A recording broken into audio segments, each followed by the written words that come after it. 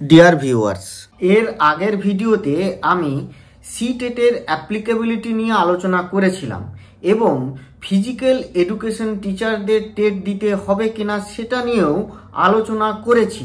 কিন্তু তারপরেও দেখলাম ওই ভিডিওর কমেন্ট সেকশানে অনেকেই জানতে চেয়েছেন যে ফিজিক্যাল এডুকেশনের টিচারদের টেট দিতে হবে কিনা এবং ওয়ার্ক এডুকেশন সম্পর্কে বলতে বলেছেন। তবে স্পেসিফিক্যালি ফিজিক্যাল এডুকেশন সম্পর্কে ওই ভিডিওতে আমি বলেছি, তাই কোনো কনফিউশন থাকার কথা নয়। তবুও কোশ্চেন করেছেন, জানি না হয়তো পুরোটা তিনি দেখেননি, তো আমি অনুরোধ করব ভিডিওটি পুরোটা দেখুন। এই ভিডিওতেও এই প্রশ্নগুলি রেজ করব এবং তার সমাধান খোঁজার চেষ্টা করব, এবং তাই বলছি যে পুরোটা দেখুন। পুরোটা দেখলে তবে কিন্তু আপনি বুঝতে পারবেন যে কোনটা ঠিক আর কোনটা ভুল। এবং যথেষ্টই আমি যতগুলো ভিডিও করি সবগুলোতেই তথ্য নির্ভর থাকে, সঠিক ইনফরমেশন যেগুলো কালেক্ট করি সেগুলোই আপনাদের কাছে উপস্থাপন করি। তবে এগুলো ছাড়াও আরেকটি খুব গুরুত্বপূর্ণ জিনিস যেটা আমরা প্রত্যেকেই হয়তো ওভারলুক করে যাচ্ছি, যেটা সিটেটের নোটিফিকেশন হয়েছে। এই সিটেটের নোটিফিকেশনে একটি গুরুত্বপূর্ণ লাইন কিন্তু লেখা হয়ে আছে, সেটা কিন্তু আমি এটা থ্রু আউট রিভিউ করতে গিয়ে দেখলাম ধরা পড়লো। তো সিটেটের যে নোটিফিকেশনটা কিন্তু খেয়াল করবেন, 1 সেপ্টেম্বর 2025 যে সুপ্রিম কোর্টের জাজমেন্ট এসেছিল নন মাইনরিটি ইনস্টিটিউশনগুলোর ক্ষেত্রে টেট ম্যান্ডেটরি ব্যাপারটা নিয়ে, তারপরে এই সিটেটের নোটিফিকেশনটি হয়েছে। ফলে সিটেটের প্রত্যেকটি লাইন কিন্তু খুব গুরুত্বপূর্ণ, অর্থাৎ কাদের এই টেটটা করতে হবে, কারা করতে পারবে, অ্যাপ্লিকেবিলিটি কাদের, সেই পোর্শনটাই আমি আপনাদের দেখাবো। তো চলুন ভিডিওটি শুরু করা যাক। প্রথমেই ক্লিয়ার করি ফিজিক্যাল এডুকেশন এবং ওয়ার্ক এডুকেশন সংক্রান্ত যে দ্বন্দ্ব এবং ধন্দগুলি আপনাদের মনে আছে। একেবারে স্পেসিফিক্যালি বললে ওয়ার্ক এডুকেশনের জন্য এনসিটি কিন্তু কোনো আলাদা করে রুলস বা রেগুলেশনসের কথা বলেনি, কিন্তু এনসিটি ফিজিক্যাল এডুকেশনের জন্য একেবারে স্পেসিফিক কিছু নির্দেশাবলী দিয়েছে, মানে তাদের ব্যাপারটা সম্পূর্ণ আলাদা। তাহলে ওয়ার্ক এডুকেশন কোন গ্রুপে পড়বেন? ওয়ার্ক এডুকেশন ফার্স্ট শিডিউল, মানে এনসিটি দুটো শিডিউল বের করেছে। এই সংক্রান্ত গত ভিডিওতে আপনাদের যে এনসিটির নোটিফিকেশনটা দিয়েছিলাম, একজন কমেন্ট সেকশনে এই পিডিএফ কপিটা চেয়েছেন, আমি এই ভিডিওর ডেসক্রিপশনে এই পিডিএফ কপিটা দিচ্ছি। এর পরেও একটা নোটিফিকেশন হয়েছিল গত ভিডিওতে, কিন্তু এই যে নোটিফিকেশনটার কথা বলছি এটা হচ্ছে 2014 সালে অ্যামেন্ডমেন্ট হওয়ার পরে, মানে আরটি অ্যাক্ট লাগু হওয়ার পরে এনসিটি 2014 সালে এই নোটিফিকেশনটি কিন্তু জারি করে। এটা কিন্তু গত ভিডিওতে বলিনি বা বলা হয়নি, এই ভিডিওতে এইটা নিয়ে আলোচনা করব, কারণ এটা হচ্ছে সংশোধিত রেগুলেশনস বা রুলস বলতে পারা যায়। তো যাই হোক, জিনিসটা কিন্তু একই আছে। তো এই পিডিএফগুলো আমি দিয়ে দিচ্ছি ডেসক্রিপশানে। তো এখানে আপনারা দেখুন, এই নোটিফিকেশনটি হয়েছিল 12 নভেম্বর 2014-তে। তাহলে এটি হচ্ছে আরটি অ্যাক্ট লাগু হওয়ার পরে। এখানে কি বলা হলো, এখানেও কিন্তু দুটি শিডিউল রাখা হয়েছে, একটি হচ্ছে ফার্স্ট শিডিউল, সেকেন্ড শিডিউল। একই রকম ভাবে যেটা 3 সেপ্টেম্বর 2001-এ যে এনসিটির যে নোটিফিকেশন ছিল সেটার মতোই এখানেও ফার্স্ট শিডিউল আর সেকেন্ড শিডিউল আছে। ফার্স্ট শিডিউল হচ্ছে জেনারেল টিচার্সদের জন্য, এই গ্রুপেই কিন্তু ওয়ার্ক এডুকেশন পড়বেন। এইবারে ওয়ার্ক এডুকেশনের টিচারদের ক্ষেত্রে স্টেট কি করছে, বিভিন্ন রিক্রুটিং অথরিটি, সেটা স্টেট গভর্নমেন্ট বা অন্যান্য রিক্রুটিং অথরিটি, তারা নিজেদের মতো করে কিছু স্পেশাল বা ক্রাইটেরিয়া তারা সেট করতে পারছেন বা পারেন। এনসিটির নর্মস অ্যান্ড রেগুলেশনসকে ভায়োলেট করা চলবে না। এনসিটির নর্মস অ্যান্ড রেগুলেশনস অনুযায়ী তারা যে ক্রাইটেরিয়া বা কোয়ালিফিকেশনস, মিনিমাম কোয়ালিফিকেশনসগুলো চাইছেন সেগুলো তো থাকতেই হবে।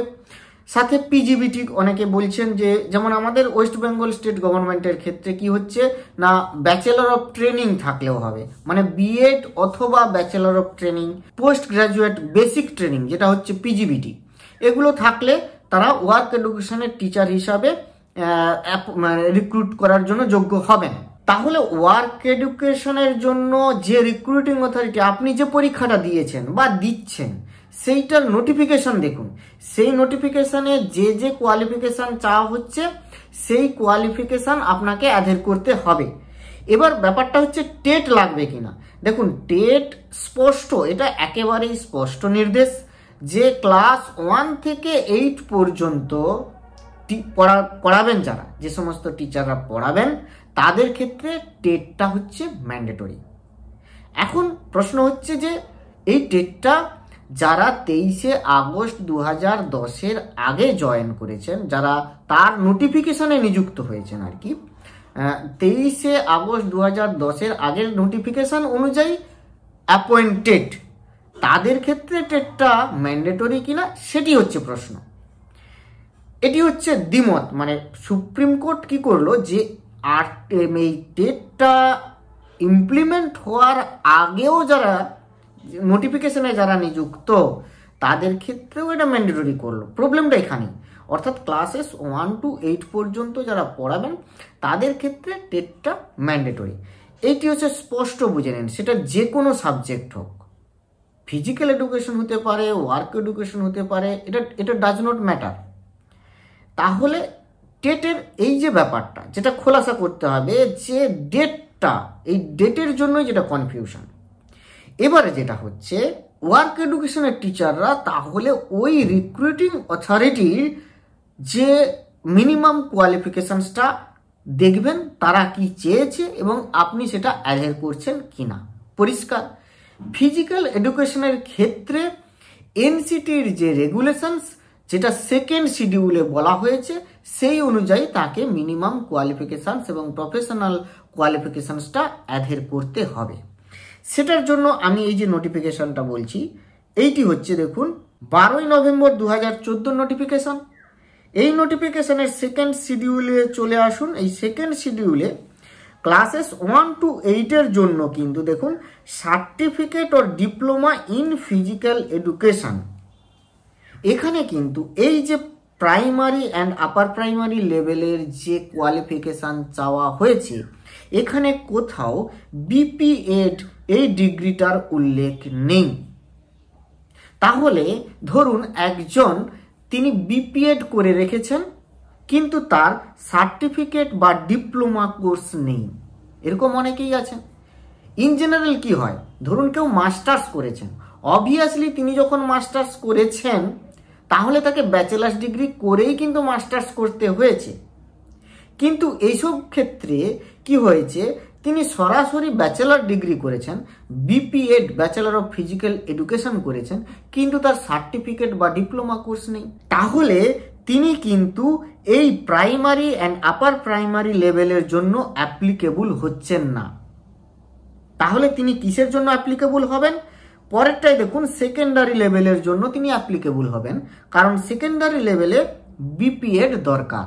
সেখানে সার্টিফিকেট বা ডিপ্লোমা কোর্স দিয়ে, এই সার্টিফিকেট দিয়ে কিন্তু আপনি এন্ট্রি করতে পারবেন না। তাহলে এখানে একটা গ্রেট কোশ্চেন যে বিপিএডটা কি হায়ার ডিগ্রি দেন সার্টিফিকেট ও ডিপ্লোমা ডিগ্রি নয়? অর্থাৎ বিপিএড ডিগ্রিতে করতে গেলে যা যা পড়ানো হয় সেই পড়ানোর মধ্যে এই টোটাল সার্টিফিকেট বা ডিপ্লোমা কোর্সে যা পড়ানো হয় তার পুরো অংশটা কি বিপিএডে নেই? যদি থাকে তাহলে কিন্তু বিপিএডটাও অ্যাকসেপ্টেবল হওয়া উচিত প্রাইমারি অ্যান্ড আপার প্রাইমারি লেভেলে। এটাই কিন্তু গ্রেট কোশ্চেন। তো যেহেতু এখানে এনসিটি এই উল্লেখটা করেনি তাই এটা কিন্তু একটা কোশ্চেনই আমাদের কাছে। তো এটার কোশ্চেনের সমাধান করার জন্য হয় এনসিটির কাছে পৌঁছতে হবে, তাকে আরটিআই করে জানতে হবে, নতুবা কোর্ট কেস আছে কিনা খুঁজতে হবে। এ সংক্রান্ত কিছু কিছু কোর্ট কেস হয়েছে এবং সেখানে ইন্ডিভিজুয়ালি কিছু রায় এসেছে। অতএব আপনাদের যদি কোনো ইন্ডিভিজুয়াল বা গ্লোবাল কেসেসের রেফারেন্স থাকে সেই অনুযায়ী কিন্তু এখানে অ্যাপ্লিকেবিলিটি হতে পারে, এটা একটা ম্যাটার। কিন্তু ইন জেনারেল হবে না। অর্থাৎ এখন যারা বলছেন যে সিটেটের ফর্ম ফিল আপ করতে গিয়ে ফিজিক্যাল এডুকেশনের টিচাররা করতে পারছেন না, এখানেই হচ্ছে সমস্যা। কি সমস্যা? টেটটা কাদের জন্য দরকার? টেটটা দরকার ক্লাসেস 1 to 8 এর জন্য। আর ক্লাসেস 1 to 8 এর জন্য কিন্তু বিপিএডটা একেবারেই ইনভ্যালিড। তাহলে ওখানে কি সার্টিফিকেট দরকার? সার্টিফিকেট অর ডিপ্লোমা, এই ডিগ্রিটা দরকার ফিজিক্যাল এডুকেশনে। তাই নিশ্চিতভাবে হয়তো এই কারণেই করতে পারছেন না। তাই এই ব্যাপারটাকে সমাধানের জন্য হয় কোর্টের দ্বারস্থ হতে হবে, নতুবা এনসিটির কাছে এর উত্তর চাইতে হবে। অর্থাৎ সোজা সাপটা ইন স্পেসিফিক অ্যান্সার যদি দিতে হয় তাহলে এখনো পর্যন্ত এটা করতে পারবেন না। তাহলে এটা হলো দুটি ইস্যু, যেটা হচ্ছে work education and physical education.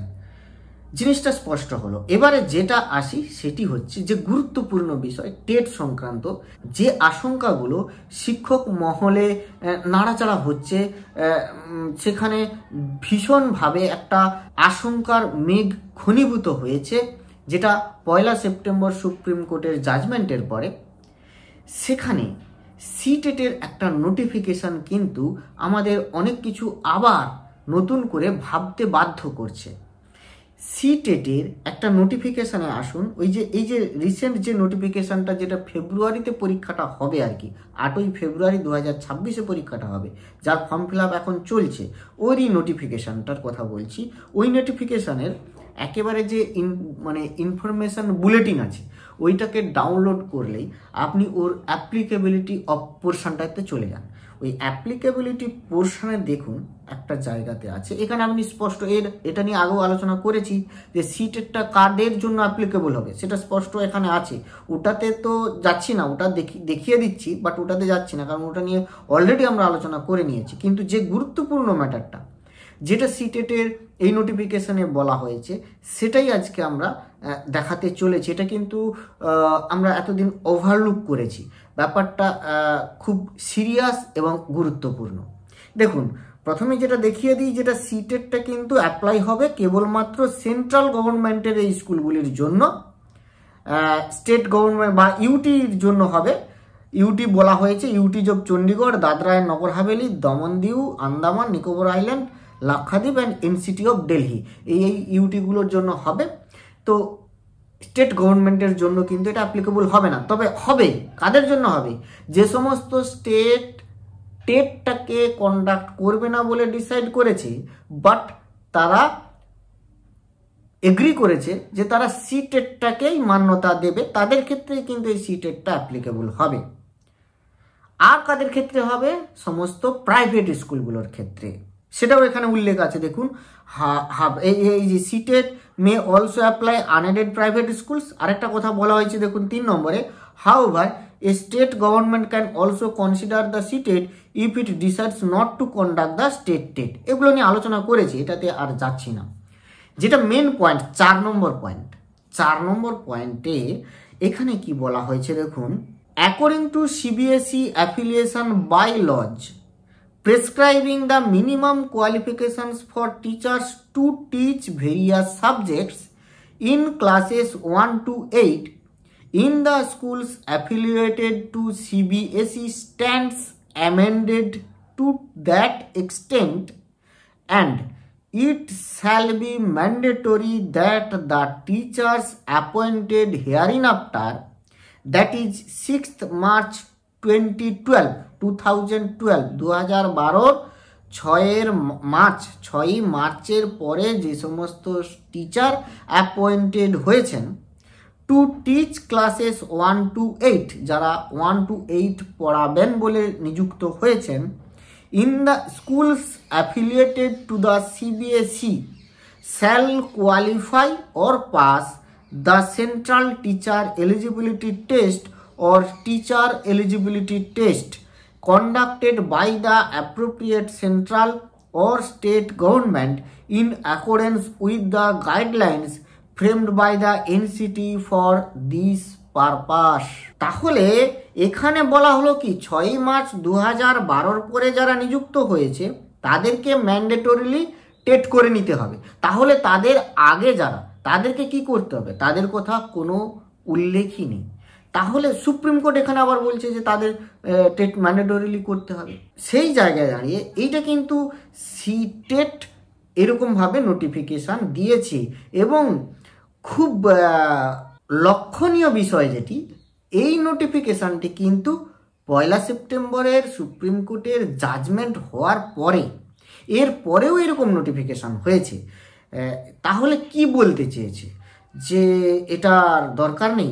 মানে ধরুন এমন অনেক স্কুল আছে, এখনও এমন অনেক টিচার আছে সেন্ট্রালেও, যারা 23শে আগস্ট এই যে ডেটটা দিয়েছে, আমরা 6ই মার্চ 2012 ধরছি, এই 6ই মার্চ 2012 আগে নিযুক্ত, আগের নোটিফিকেশানে নিযুক্ত, তাদের এরকম টেট নেই। এটা মেবি হতে পারে, আছে, নিশ্চিত আছে। তাহলে তাদের টেট করতে হবে না? সিটেট তো এখন পরীক্ষা চলছে, এই সিটেট তো পরীক্ষা হবে, তারা কি তাহলে সিটেট পরীক্ষায় বসবেন না? তাহলে কি হবে? তাহলে কি প্রচ্ছন্ন ইঙ্গিত আছে? তো এই ব্যাপার, অতএব আমার মনে হয় আশঙ্কিত হওয়ার কোনো ব্যাপার নেই, এটা সম্ভব না। যেটা ইমপ্লিমেন্টই হলো, যার আইডিয়াই পাওয়া যায়নি, যার আইডিয়াই শুরু হলো 10-এর পরে, সেই জিনিসটাকে তার প্রিভিয়াস জেনারেশনকে বলা হচ্ছে সেই জিনিসটাকে অ্যাডপ্ট করতে হবে, এটা সম্ভব নয়। তো যাই হোক, পরবর্তী পদক্ষেপগুলোতে কি হয় দেখার। তো এটাই ব্যাপারটা ক্লিয়ার করার ছিল, যেখানে সিবিএসইর মতো একটা সংস্থা, যারা এই পরীক্ষাটি নিয়ামক সংস্থা আর কি পরীক্ষাটি করাচ্ছে, তাদের ক্ষেত্রেও তাদের এই সিটেটের যে নোটিফিকেশান হলো, সেই নোটিফিকেশানেও কিন্তু এই সবাইকে টেট করে নিতে হবে ম্যান্ডেটরিলি, এই ব্যাপারটা কিন্তু উল্লেখ নেই। আজ এখান পর্যন্তই। ভালো থাকবেন, সুস্থ থাকবেন, ধন্যবাদ।